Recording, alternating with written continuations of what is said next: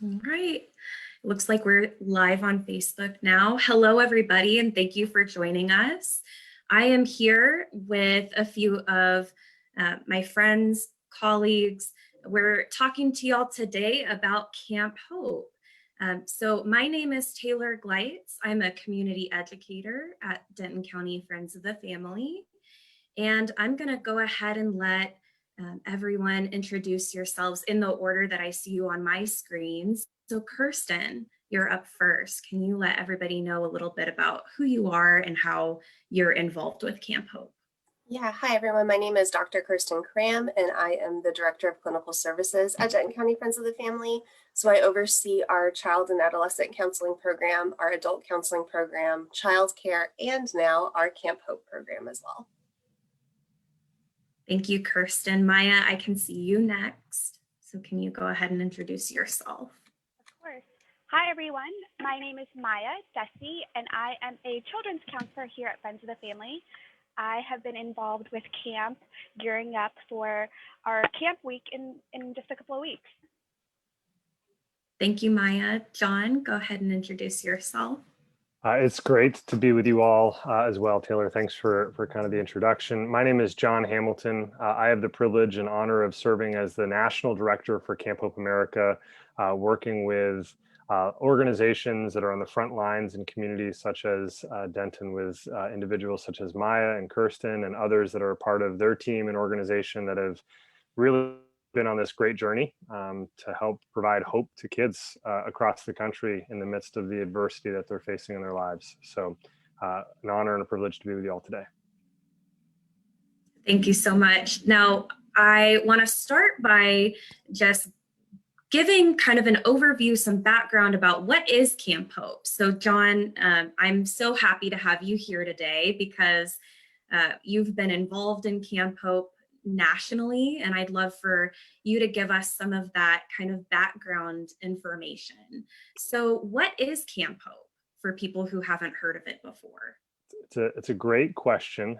It can be a little bit misleading in the name of itself, right? Because camp is right there at the beginning, but camp is a centerpiece for us in the work that we are trying to do. But it is a year-round comprehensive program trying to provide continuum of care for kids who have been exposed to adversity in their lives, trauma, stress, specifically sexual assault, child abuse, and direct or indirect exposure to domestic violence. And so Casey Gwynn, our founder, back in 2003 was a part of leading the way along with our CEO at Alliance for Hope International at the San Diego Family Justice Center. And there were families that were coming in, caregivers that were coming in to receive services, to receive support at the San Diego Family Justice Center, the first of its kind in the country. And now it's replicated in 48 states and in 26 countries across the globe, where family justice centers, these wraparound services being provided all in one, under one roof in one space. Casey saw that there were needs for the kids that were coming in, right? They were just kind of being put into a spot where the services being provided to them were primarily within just a small room within some walls with a therapist. And Casey grew up understanding the value and the power of camp. And over the evolution of the last 23 years, Camp Hope's been on quite a wild ride, but really starting in 2012, 2013, in partnership with Oklahoma University's Hope Research Center, we began to measure hope in the lives of every single kid that we were providing services and programming to, and the continuum of care began. And so what began in 2003 as a way to give kids their childhood back really moved and progressed and has become this amazing year-round program where kids continue to receive support so that they can believe in themselves, believe in others, and believe in their dreams. The very essence of hope, when oftentimes hope is the thing that they're robbed of first. They do not have a choice in the matter of a situation around domestic violence or child abuse. Their choice is not the one that they get to have. And Camp Hope America is the program looking to provide them with just that. We want to give choices back to kids, and we want to empower them to believe that the future can be brighter than the past, or even today. Great. So starting in San Diego, what is Camp Hope's reach now? It continues to grow and evolve, in some ways because the need, unfortunately, especially in the midst of this pandemic, domestic violence, homicide, suicide rates, all of those have increased. Child abuse reporting rates went down. And so the need continues to rise for Camp Hope America programs to be birthed in communities such as Denton, right? And we can't do it without the faithful support and belief that others have. And that's where Maya and Kirsten really come in, because we can't serve on the front lines in the 40 plus communities in 21 states across the country and counting right now that we are in. So we have a national office that actually is now completely remote in the midst of the pandemic, working in different parts. So we are really in close proximity. I've been working in San Diego with 6 boys directly that are a part of the San Diego program, helping to mentor them, helping to walk alongside them, to respond to texts, to questions, to things that rise up. We need to support the next generation. If we're going to change the future of our world, it starts by saying that we believe that the future can be bright for them, and actually looking at their goals are going to help us to do that. So yeah, our reach, Taylor, specifically to your question right now, is continuing to grow. We imagine that we will be in 30 states by 2025, and having multiple state initiatives with efforts such as, like in Texas, having many organizations working together to gain momentum statewide, to see a bigger belief and a bigger draw to support communities in a much broader framework. So that's the essence of it. It's a big endeavor, but it happens because of folks like Kirsten and Maya saying, we're going to figure this out. We're going to do this. And Tony and Hillary and Nicole and others that are part of the leadership of Denton County Friends of the Family as well, that have been bought in since before we really got to this point. Great, thank you. So, and how did Friends of the Family get involved in Camp Hope? Well, it's I mean, kind of like almost any potential thing that's a startup. I mean, it wasn't a garage story, but maybe a napkin story at a conference where I think, Tony caught wind, Nicole caught wind, Hillary did. There was folks that we kind of call, maybe this isn't the kindest way to say it, but like the lone nut, the people that say, hey, we think that this is going to be something that will transform and shift the future of, the community that we're sitting in, or the organization that we are a part of. And so yeah, back in 2018, I think, is when this journey began. And I had the privilege of being on site at Carolina Creek, where kids and youth, young people from your community are going to be a part of camp in just a few weeks. At Carolina Creek, where we have another affiliate that's out of Fort Worth, Texas, out of a family justice center there, that they've been working to provide support to. So that we got to be at camp together with a few staff, in a year-long readiness process, really learning, understanding all of the ins and outs, the idiosyncrasies to uphold program efficacy and fidelity. Camp Hope America is not a therapy program, but it is therapeutic by nature. And so in order to maintain our powerful curriculum that we put out each year, there's a lot of like onboarding, learning process that we have to go through. And everybody from Denton County Friends of the Family has continued to knock it out of the park and say yes, and figure out the ways in which they can best implement the program into the organization. So it's been a long journey, but we're on the precipice of kind of dipping our, we're fully in the pool. We're not just dipping our toes in, we're in it, and it's happening. So. Yeah, and Kirsten, this has really been like a rolling since you came into your position as director of the Child and Adolescent Program. Yes, I got to go to the Alliance for Hope International Conference back in March of 2019, before I even officially started in this position, and got to go with a lot of the directors like Tony and Nicole and Hillary and everybody, and got to be a part of that Camp Hope experience. So I kind of had some indication of what we were going to do. And then it's really just kind of jumped forward so much since then. And I know we had the pandemic in 2020, which unfortunately kind of put a halt to some of those plans, but 2021, we are moving full steam ahead. And I think it's 2-3 weeks, June 6th is when we are taking our kiddos. So all of that has just fallen into place so much this year. And Taylor, real quick, as Kirsten's talking about that, like I think Denton was selected, right? We have applicants, more applicants each year wanting to be a part of our readiness cohort to onboard the program. So I do want to just identify that like our belief in the work that you all are doing locally as well is really significant, that we saw a framework, we saw an infrastructure that said this could be successful. And that's why even despite a pandemic, we're still at this point. Thank you, John. So you've been saying a lot about hope and the importance of that. What is why is hope so central to Camp Hope? What's the importance of hope for these kids and teens? Yeah, I think at this point, both Maya and Kirsten could probably answer that, but I think we've really leaned on, resilience is a word that really means a lot right now in society, and rightfully so, because we all need to bounce back from the stuff that's happening in our lives, the stress that every single one of us are feeling. But when we think about what we're bouncing back to, we don't really always know exactly what that is. And hope is the answer to that. When we think about hope, the outcome of having hope in your life is living life well. It's well-being at its center core.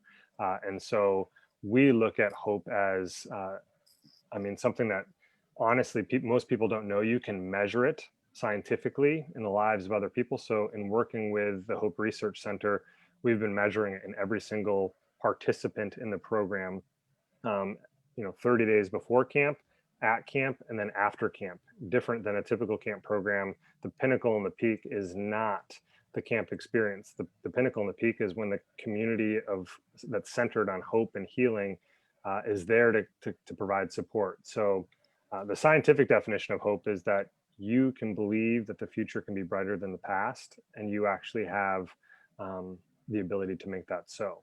And like I said, we boil that down for the kids we're working with as a belief in self. We all need to be reminded that we can believe in ourselves. For kids that have maybe had other things taken away from them, believing in others, and then setting goals, whether it's a small goal or a big goal, if you can set goals for yourself, hope will increase, which means other values will increase. Grit, gratitude, social intelligence will increase. And right now we recognize that our national average of adverse childhood experiences, which is a way to to measure the amount of trauma that kids have in their life, is over 4. It's 4.12 is our national average for the kids that are enrolled in our program. And yet if we increase hope, which we measure in their lives, by a 2-point score, that increases by a letter grade their performance academically in school. So that's why we're so focused on it in the work that we're doing. Yeah, and I think bringing up that ACEs thing is so important too, because we know through research that the more that children have, and usually 4 is that threshold for when there's a lot of really negative things that can happen. It's linked to like ADHD diagnoses, suicidality, even like cancer. And then if kids have 6 or more, they're more likely on average to die 20 years sooner than someone who's experienced none. So Camp Hope, while the importance of it is instilling hope in these kids now, the long run benefits can potentially even save kids' lives. So it's very important. And the future lives of the families within the walls that they're sitting in, right? Like for relationships that they're going to be in, because I think that's a big part of it. Is we know that just in general, like regardless of the journey, all of us mimic the behavior of others that are around us. We mimic the behavior of those that have gone before us. So if that behavior is something that's violent in the home, we're more prone to mimic that violent behavior. That's not the destiny though that we have to have. And so I think that's part of the work that we're doing, is we're rewriting the destinies of the kids that we're working with them. They're the ones that are taking the pen, the pencil, and starting to, or the keyboard, and typing it out. Like they're writing a new story for themselves because of our ability to help facilitate that. What does that look like day to day at camp? Like how are their daily activities focused on building hope? Yeah, Kristen, do you want? Yeah, go ahead. Yeah, we just trained our camp counselors in the curriculum and things like that, which was really great. We did that last weekend. But there are different activities every day at camp, and the curriculum itself is centered around what's called Hope Heroes. So it's a different person each day. This year, Allie Raceman, the Olympic gymnast, is one. So they talk about how these individuals have overcome some type of adversity and how they've kind of come out on top later on in life, and kind of that journey that they've had to go through. So it really shows our kids that other people can experience bad things, but that doesn't mean that their life has to be bad. And that's like the big thing that happens. But then there's little activities, STEAM activities that we do. There's the truth statements that we have, one per day. So things like I count, and then there might be like a story to go along with that. So it's all these tiny little things built in on top of like a traditional camp experience. So our kids are still going to get to do the archery and the zip lining and all those really cool things. But even with that, there's this idea of challenge by choice, to where they get to decide if they want to complete something. And then as camp counselors, or even the other kids, they're there to encourage their friends to be able to go forth and do these things. But it's up to the child to really come up with the courage for themselves to be able to kind of jump off that thing and do the zip line or shoot that bow and arrow. But it's all kind of built into this whole week-long process. And that can be so powerful for a kid's sense of self-esteem. And then even being able to connect with the other kiddos that have had similar experiences can be so affirming and powerful for them.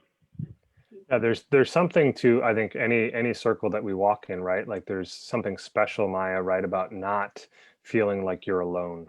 And when you've had to navigate some significant storms, when you've weathered those storms, others may not have sat in the exact same seat on the same boat or whatnot as you.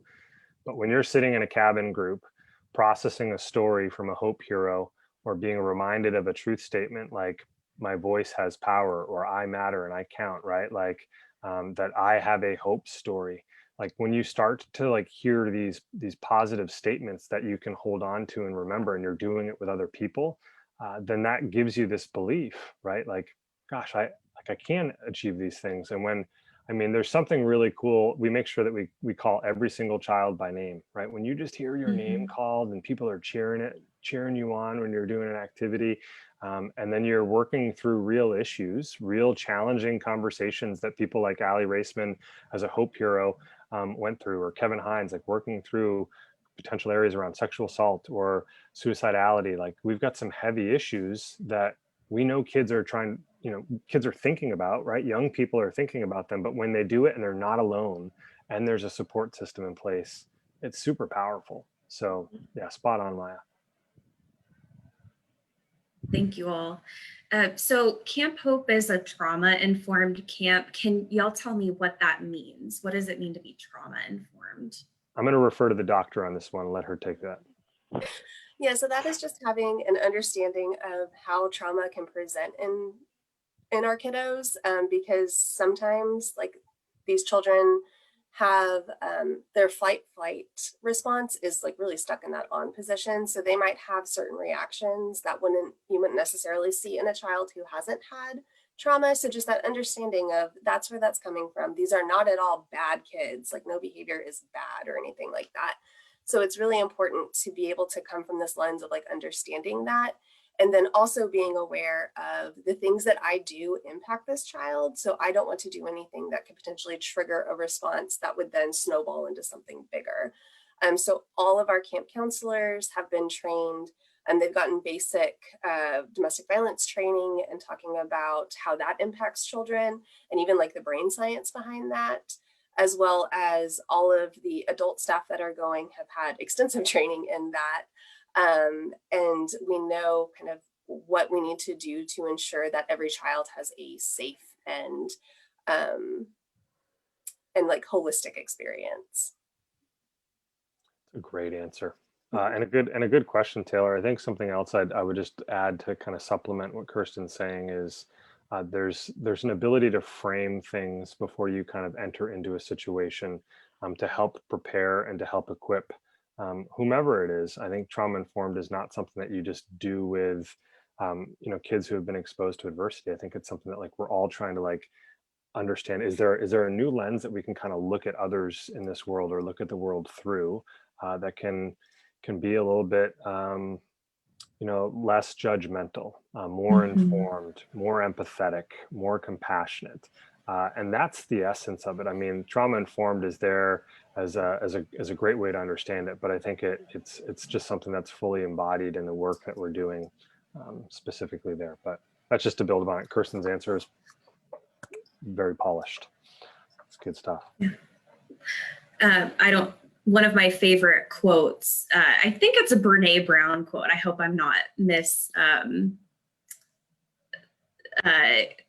assigning it or giving the wrong credit, but it's hard to hate somebody up close.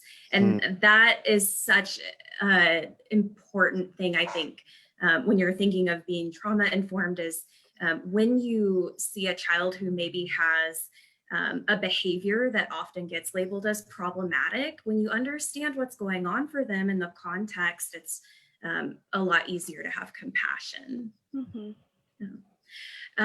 So how are your camp counselors selected and trained? What is that process like? Yeah, we had camp counselors apply online through us, and then all of their resumes and applications were sent to myself and Maya. And then Maya and I interviewed all of them and then selected those that would be the best fit for our campers. And right now, or always, they are ages 18 to 24. So we have that college age, young adult age, which is really important for our kids because they're able to kind of connect with them. They're still like adults, but they're a little bit younger. Whereas like I'm like a 90-year-old to a 7-year-old. So they're able to relate a little bit more to those camp counselors. And from there, we lucked out too. I mean, we are in Denton, Texas, and we have access to TW and UNT. UNT has the biggest play therapy training program in the world, and they also have an undergraduate course in play therapy. So I was able to snag 2 people from that where they already have some of those skills that we ended up training them later on. But as far as training goes, we have the curriculum training through Camp Hope America, and then we also did some supplemental training on like how to reflect a child's feeling or how to set limits, because we use what's called the ACT model. So that they're able to really connect with these kiddos and be accepting of these kiddos and display these messages of, I hear you, I see you, I understand, and I care, while still being able to set healthy boundaries and healthy limits. Because that's also really important with children, is to be able to show you can set a boundary and still be loving, and it doesn't have to be done in a mean or harsh way. Thank you. That's really, really good. And I just, if there are counselors that are going to camp this summer, I just want to, on behalf of our national office, if you are watching this, I want to say thank you. Please share this with your friends. Talk about the work that you are doing. Shout it from the rooftops, because it's a gift that you are providing to others. And so I just want to say thank you if you're watching it this time, that your work, an investment in another life, 6 other lives that are going to be in the cabin with you, is really significant. So thank you. And we have an amazing group of camp counselors going. They're all very, very excited to work with our kiddos. So we definitely, I think this is our first year of Camp Hope, and we are going to knock it out of the park. So how is camp maybe different for younger kids versus older kids? Are there any, does camp look different depending on what age group is going? A little bit. John, you might want to talk a little bit more about this. This year, we are only doing our younger kiddos, so we haven't implemented the high adventurers or that 12 to 17 age group quite yet.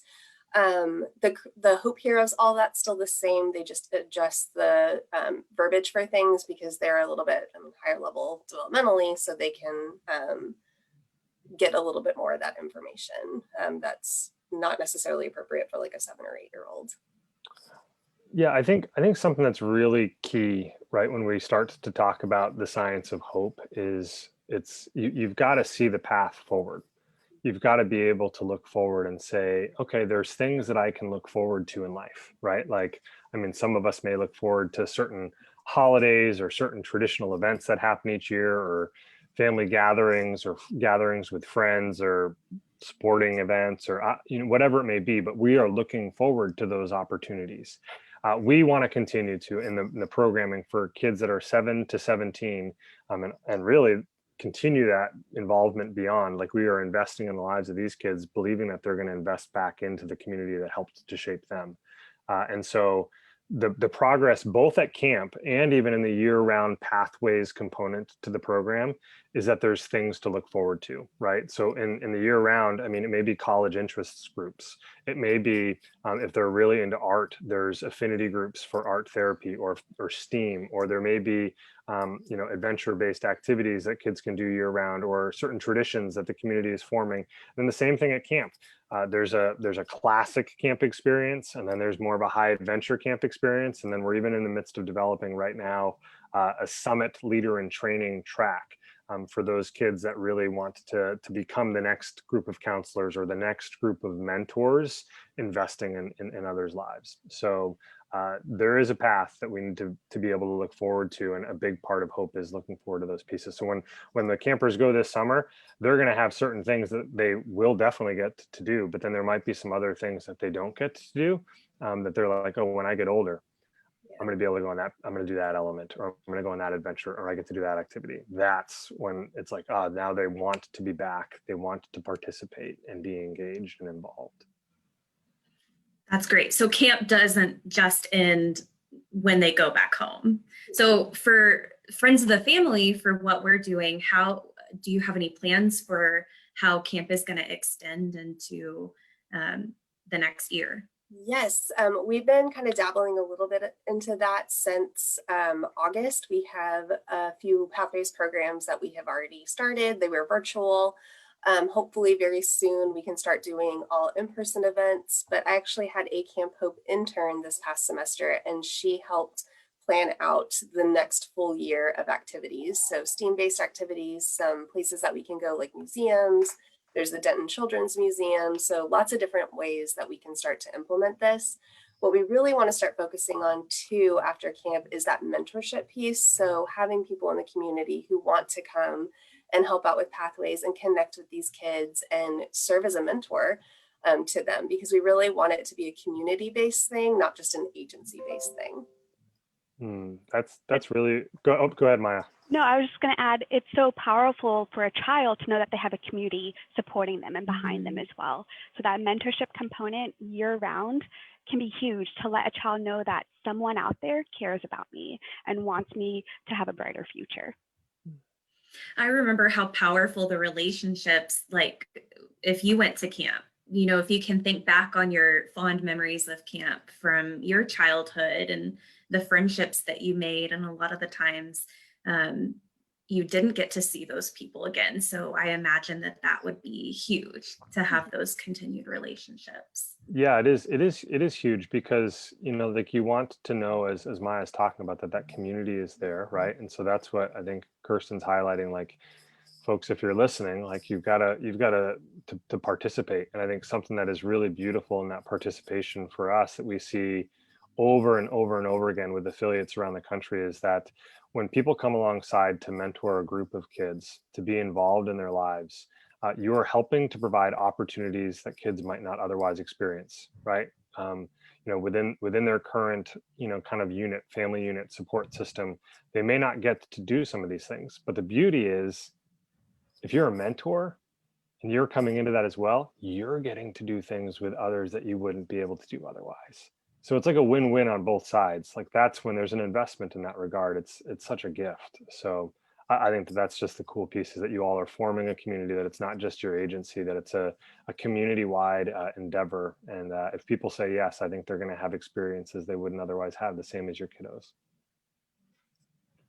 Awesome. Thank you. So Camp Hope, Kirsten, you mentioned it's just, I think, 2 weeks away now, right? 2 weeks. So tell us about Camp Hope 2021. Yeah, so it is June 6th through 11th. We are taking 30 of our kiddos. We have 18 girls going and 12 boys. We have our 10 camp counselors who are going to be paired up. We're splitting the kids up in groups of 6 with 2 camp counselors. I'm going, so I'm very excited about that. And then I also have 3 of our child and adolescent counseling staff going, which I think is going to be great too, because we're going to have that therapy component too, if something were to come up, either for a camper or even for a camp counselor, because our kids have experienced a lot of trauma. So just being able to kind of debrief that and have someone to talk to for that. We also have 3 members of our prevention and education team going, including Taylor, as well as a registered nurse who is coming along to take care of our 30 kiddos, and a community-based male mentor who is coming along as well. So we're very excited. We have a ton of activities planned, art-based activities. Maya's getting her yoga teacher certification. So we're going to do some yoga movement like in the mornings to help with regulation and breathing and that kind of stuff.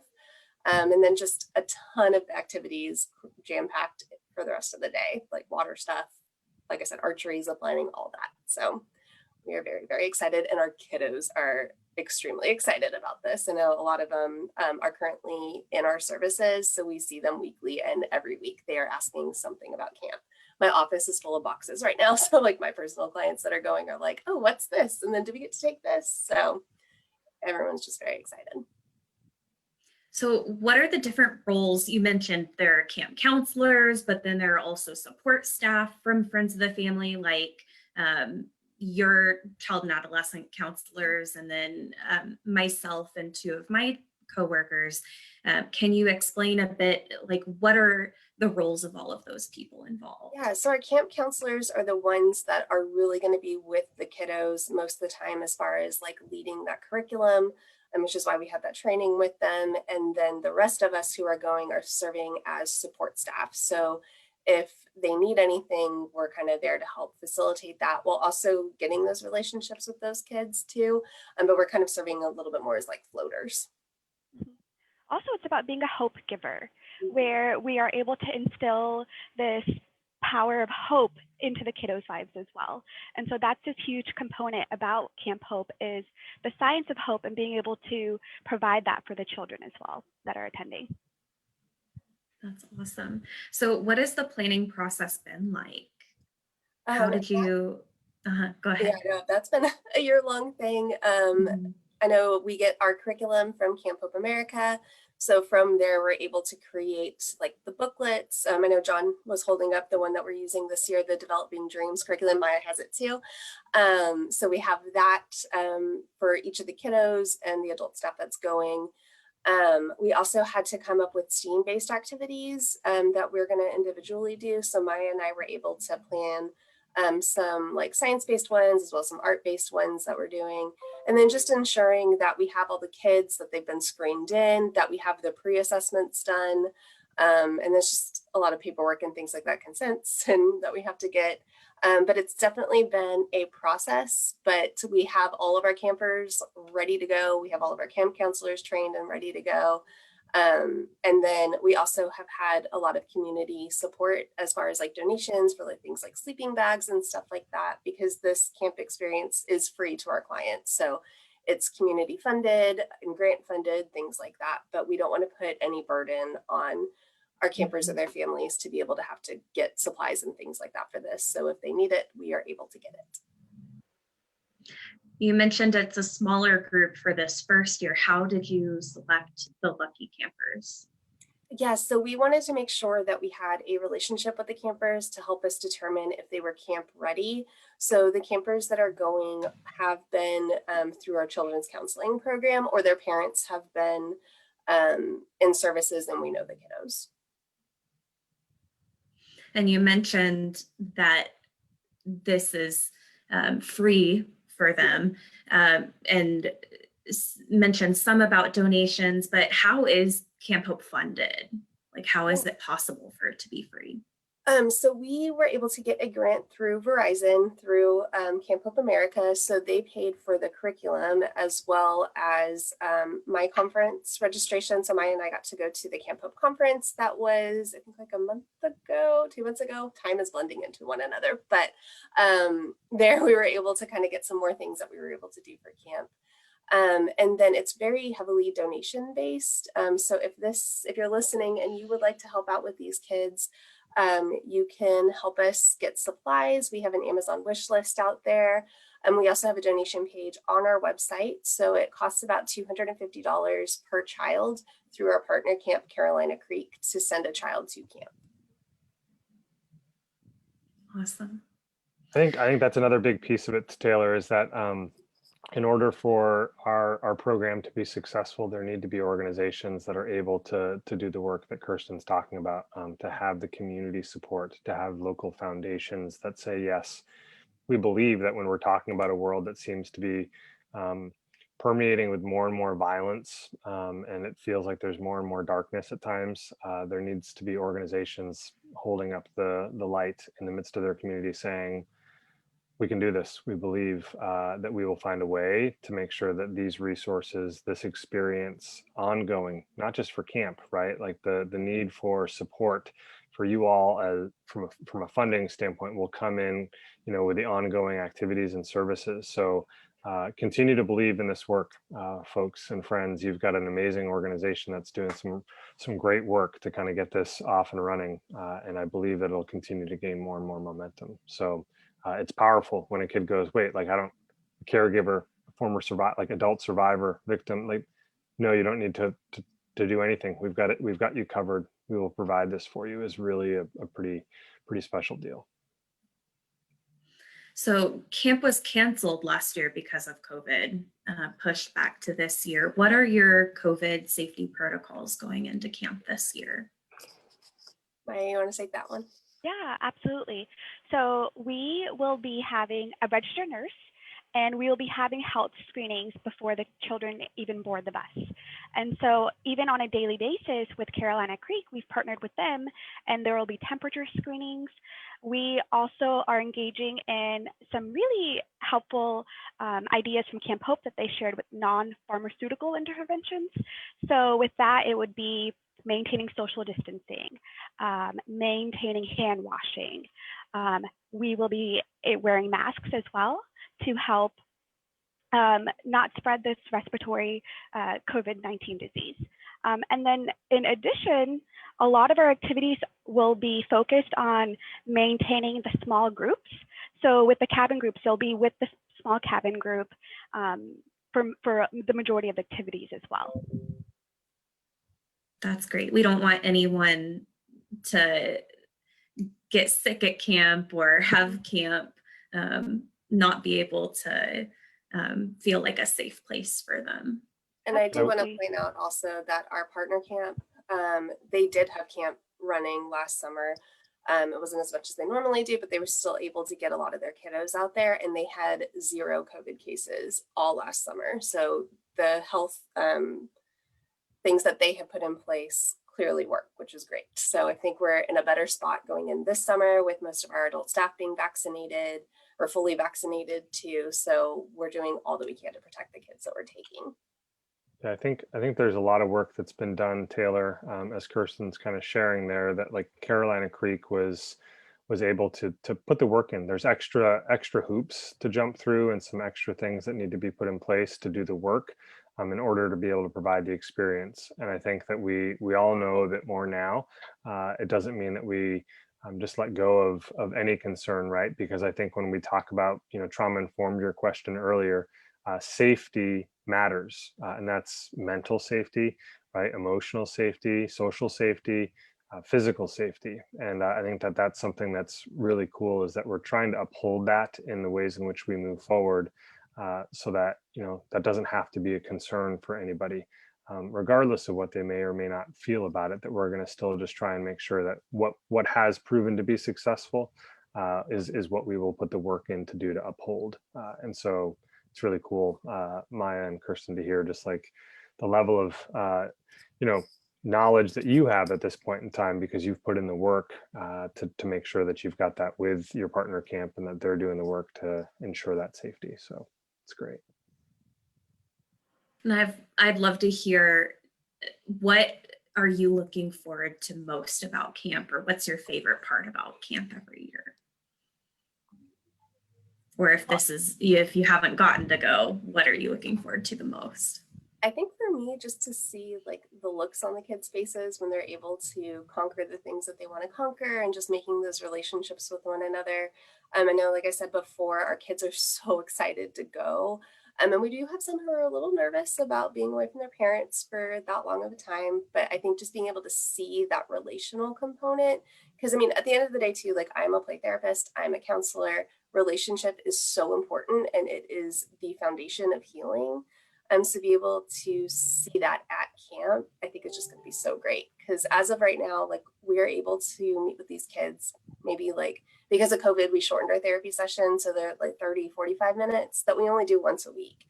Some of our kids might also be in group. So that's maybe another like hour.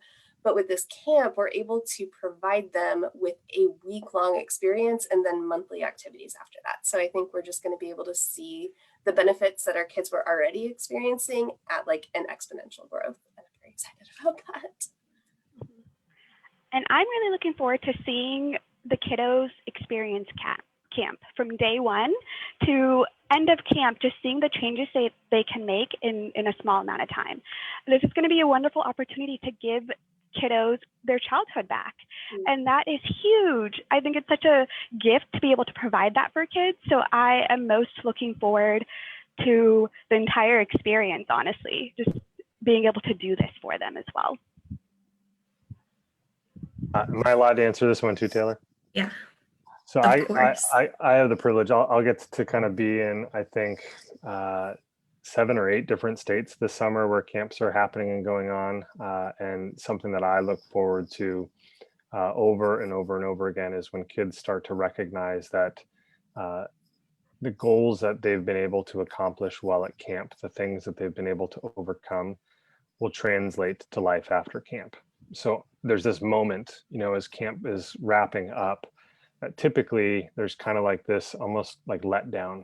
And that's not always the case for us because kids know that they're going to be able to come back together. So there's this anticipation. There's this like, wait, we're going to see each other again in like a month's time. We're going to get like what we just started to taste here. It's not going to go away. That is really pretty remarkable when you watch a kid go. So this support system, the relationships, right? Like, I mean, Kirsten, relationship is the foundation of healing. They're not going to go away. So my path to healing will continue on. And when I watched the light bulb go off for kids all over the country, just as it's going to be going off for your kids in Texas, that's the sweet moment when they go, oh, I thought I was not going to have this special thing continue on in my life. And now it is. They get it. They connect that dot and it's a beautiful moment. It's so exciting. So how can people get involved? You've touched on it a bit, but just reiterate for us, for our listeners who think that this all sounds wonderful. What can they do? Yeah, there's a couple different ways. They can either get involved via donations, whether it's like actual tangible things off that Amazon wish list, or even money to help support to send campers. We are already planning our 2022, and we are planning on upping the number of kids that we are taking by 50%. So every year we are just planning on making this grow and grow and grow. And then if that pathways and mentorship program sounds really great to them, that is always an option as well. Wanting to get involved with the kids more on like a in-person basis. So there is something for everyone if they want to get involved, depending on how they want to. And where can they find that information? It is on all the Amazon wish list, and the donation page is on our website, and then it's also on our social media. And then they can just email myself if they are wanting to get into the Pathways program. Thank you, Kirsten. Any last thoughts? Anything that you feel like was missing from our conversation? Anything else about camp?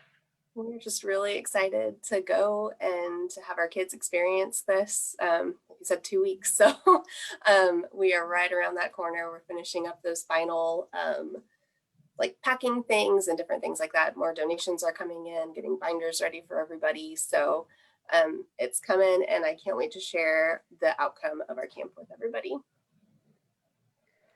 Taylor, I would just add as we're wrapping up, this is a long journey, and it's begun now. But if we're talking about breaking a generational cycle of violence, it's going to take a generation's worth of work, and that is something that is underway. It is moving, and it is extremely exciting. And so, don't miss out, friends. If you are a part of this community watching in, do not miss out on the opportunity to jump on this ride, because it is going to be a really special, wild, crazy, fun, powerful thing to be a part of. So whatever your yes looks like, we believe in needing your support and involvement in order to make this successful.